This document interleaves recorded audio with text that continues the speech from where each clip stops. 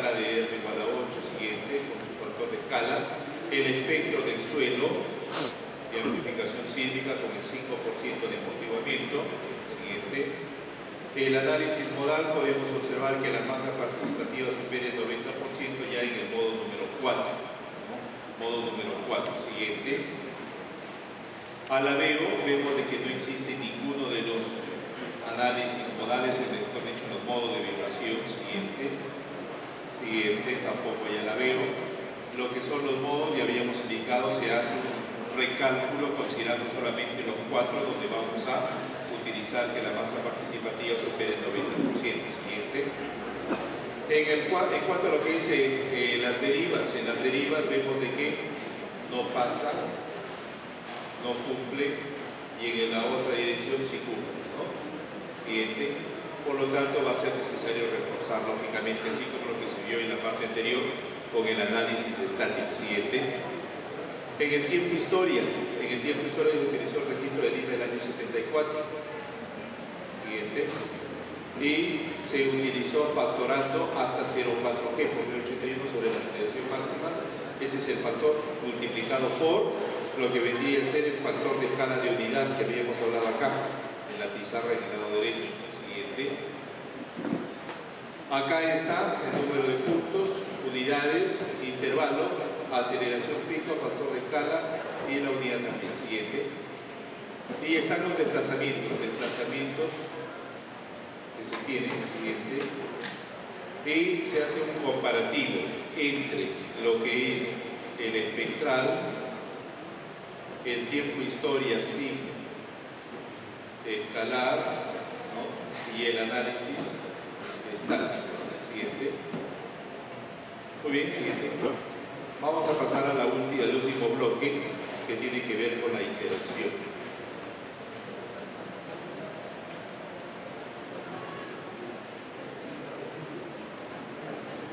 Siguiente. Siga. Siga. Muy bien, anterior. Ahora vamos a ver como parte final ya de lo que es netamente el curso del día de hoy, lo que corresponde a la interacción sísmica sobre la estructura para edificaciones con cimentaciones superficiales, ¿no? Eso vamos a tratar, interacción sobre estructura para cimentaciones superficiales. En pocas palabras, lo que está ahí en el texto de Zapatas, que el día de hoy ha estado a disposición de ustedes, y también lo que es la parte final del texto de ingeniería cicloresistente. En los dos hay interacción. En uno hay teoría y un ejemplo completo, y en el otro hay varios problemas resueltos, ¿no? Siguiente. Muy bien, siguiente. Nada más. Vamos a ver las principales líneas de investigación, ¿no? Hacia dónde se dirigen las normas de diseño sismo-resistente. Principales líneas de investigación sísmica. La primera es los métodos estadísticos y probabilísticos. Se consideran dentro de los métodos estadísticos y probabilísticos, primero, que el sismo es eventual, y segundo, que es no estacionario. Eventual porque puede suceder en cualquier momento. No estacionario porque la aceleración no es constante de ninguna manera, va variando en el tiempo. Segunda línea de investigación, la interacción sobre estructura.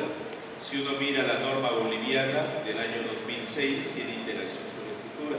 Norma colombiana, por lo menos habla un poco de la interacción sobre estructura. Norma ecuatoriana, un poquito de interacción sobre estructura. Norma chilena, un poquito de interacción sobre estructura. Y la norma nuestra no tiene absolutamente nada de interacción sobre estructura. De este tema, yo he escrito dos textos que ganaron un Premio Nacional 2006-2007 acá en el Perú. ¿Qué se entiende por interacción sobre estructura? Si miramos todo este gráfico, vamos a entender un poco la interacción sobre estructura. La interacción sobre estructura significa que el edificio no está solo, no está empotrado. Debajo del edificio hay terrenos, hay suelo. Y este suelo tiene sus respectivos estratos, acá 1, 2, 3 estratos. Entonces tienen diferentes tipos de colchones o espesores de cada uno de los estratos. La interacción sobre estructura significaría todo esto: el edificio más el suelo modelado en uno solo. Entonces hay dos corrientes, una de ellas que es la corriente geotécnica que hace todo esto, de modelar con elementos sólidos y todo el edificio igual, y la otra corriente que es la estructural.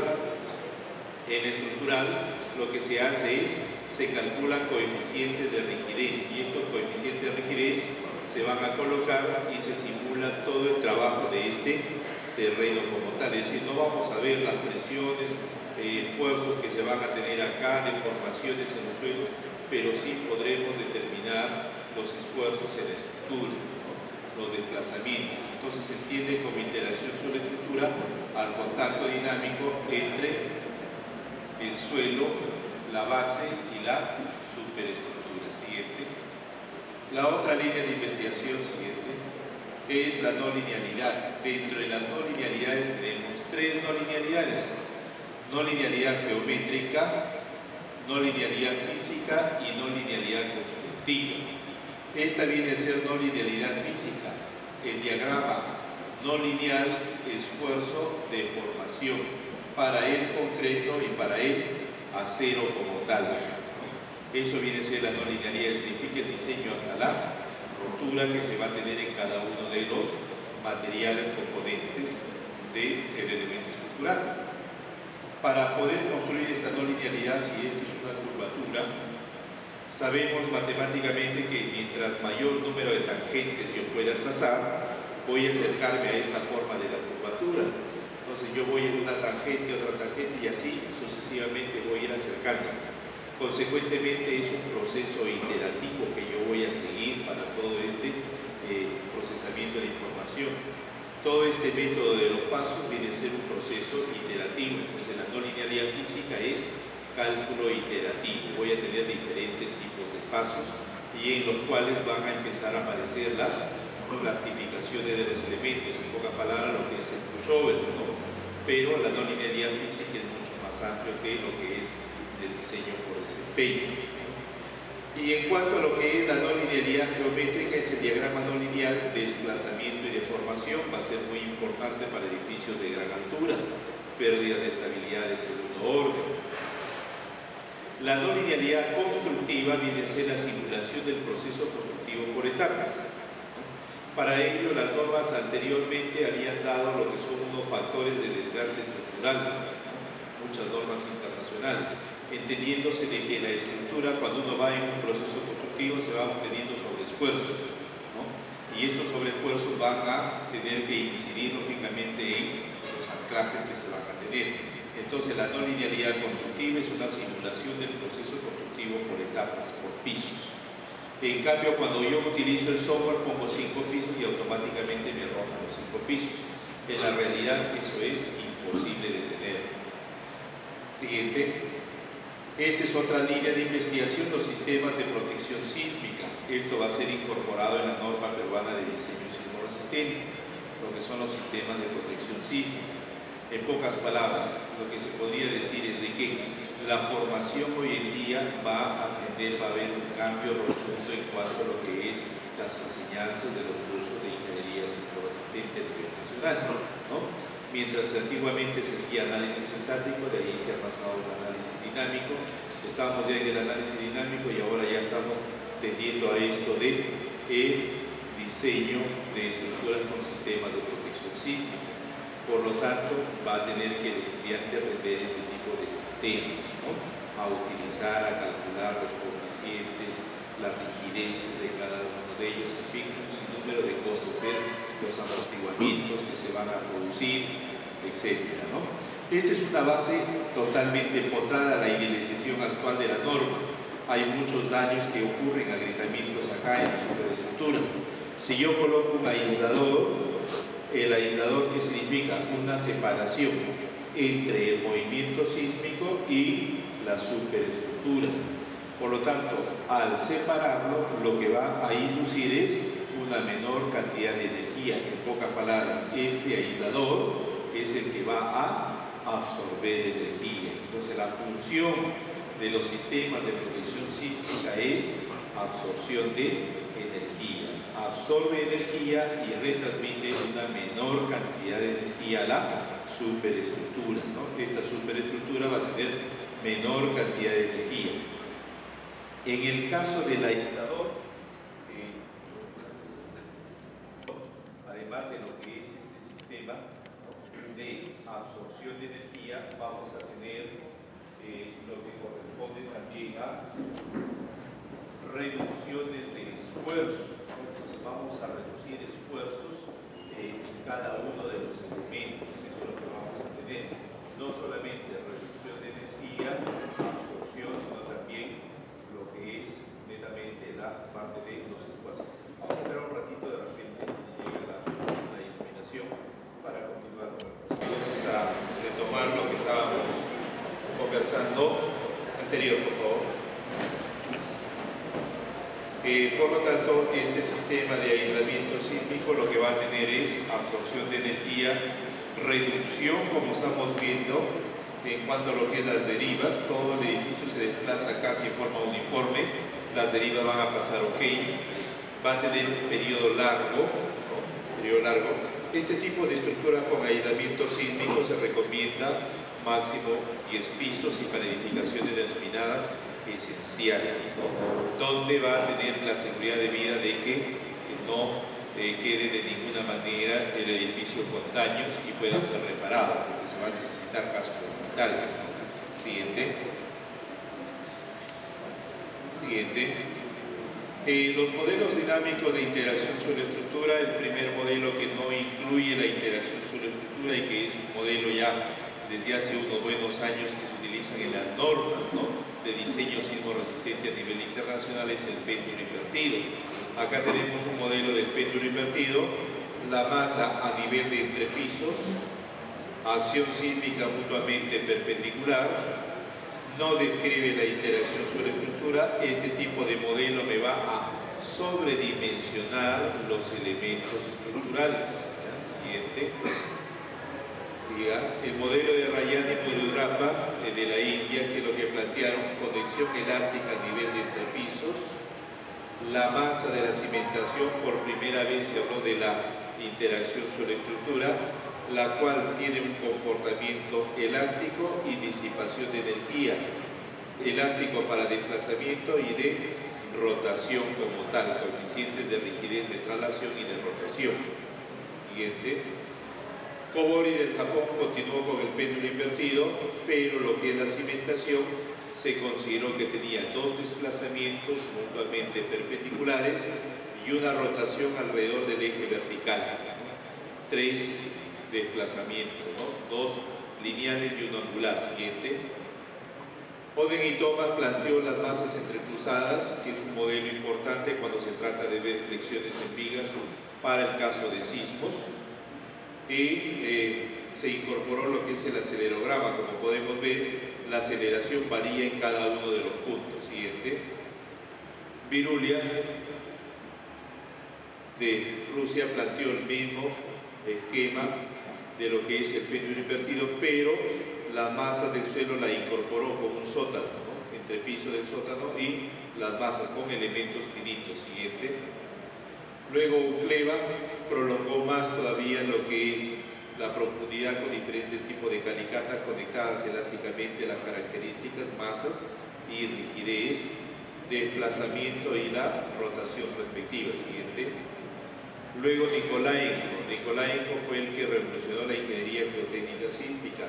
Planteó los 6 grados de libertad, 3 de traslación y 3 de rotación. Hasta hoy en día trabajamos con esa metodología. Siguiente. Este es el modelo del giróscopo vertical, parecido a nuestra norma de diseño sismo resistente. Los entrepisos vienen a ser diafragmas rígidos, conectados, y lo que nos falta es la cimentación con los grados de libertad respectivos. Siguiente. Acá se tiene un modelo de interacción suelo-estructura de una edificación, ¿no? Este es del texto que ganó el Premio Nacional en el año 2006. Coeficiente de compresión elástico uniforme, traslación elástica uniforme, rotaciones al respecto a cada uno de los ejes, ¿no? Siguiente. Se calculan los coeficientes de rigidez por estas relaciones. Para barca, coeficiente de compresión elástica uniforme, el balasto vertical se podría decir por el área, balasto lateral por área para lo que es desplazamiento, y rotación, balasto rotacional por la inercia respecto al eje de rotación. Siguiente.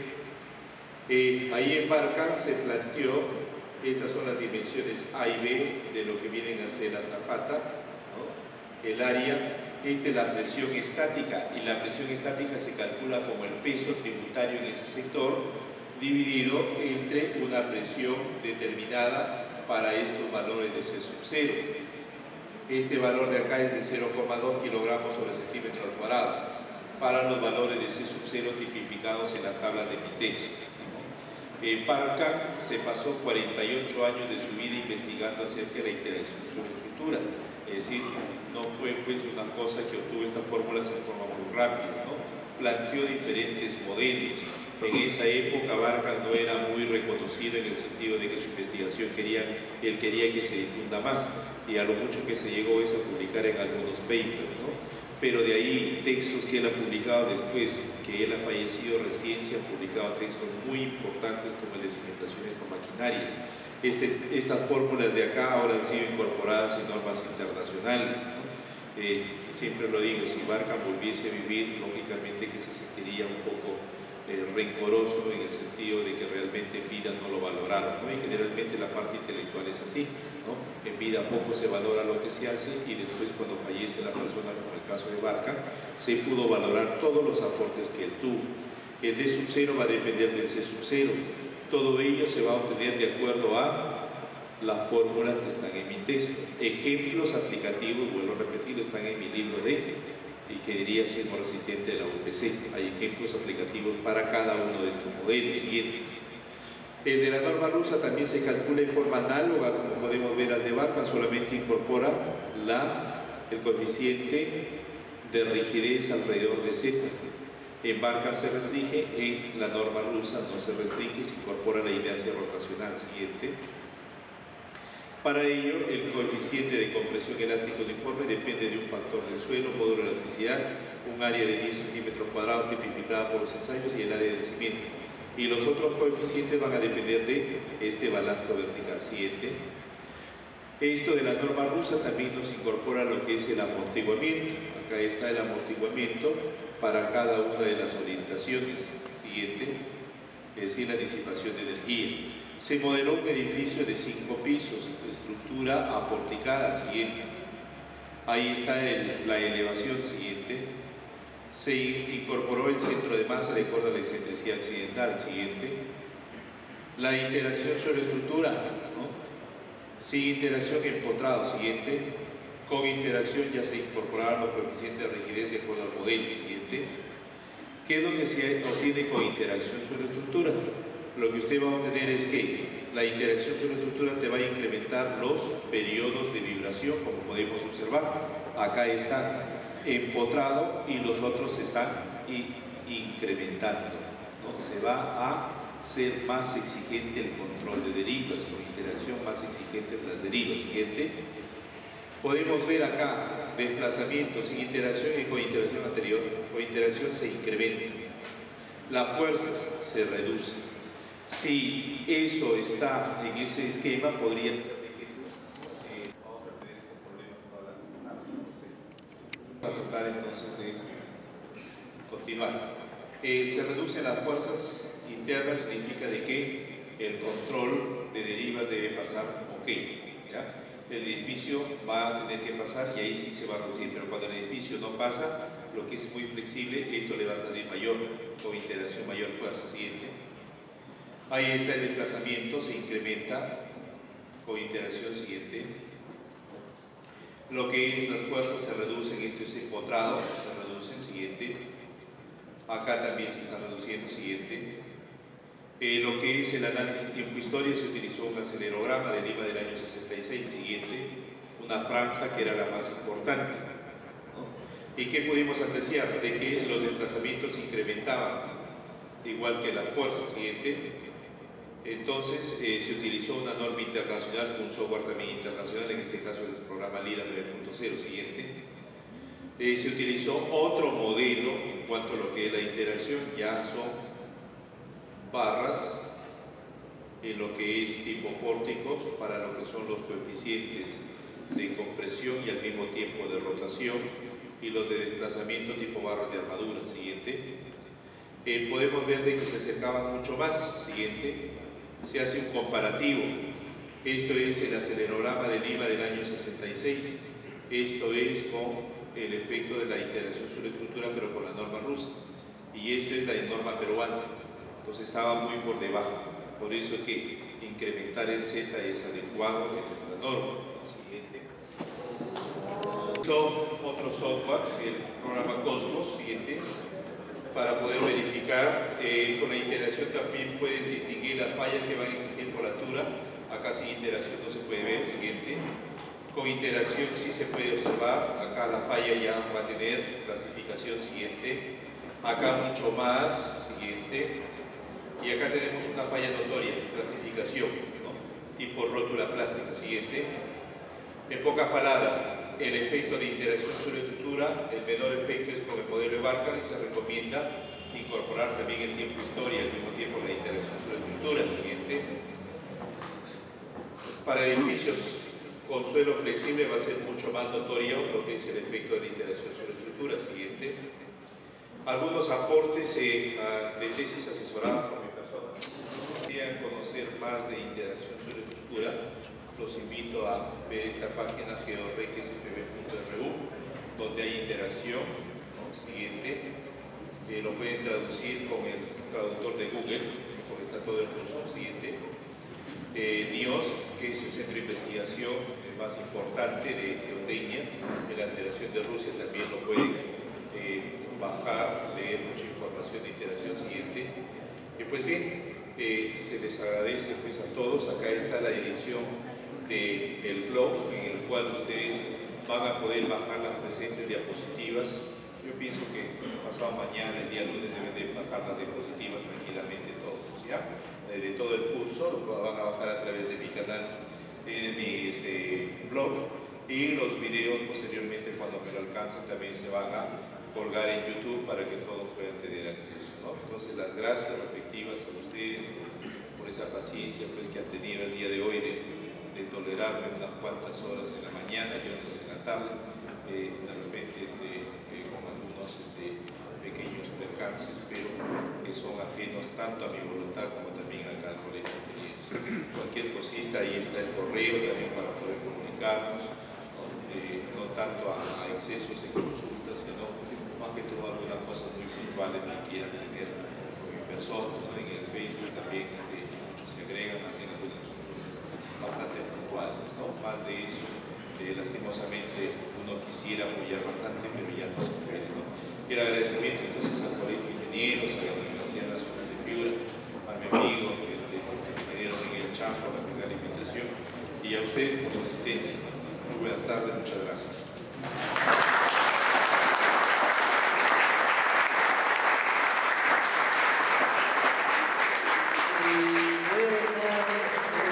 Palabras con el presidente de esta comisión organizadora, que es el muchacho, el señor Eder Herrera.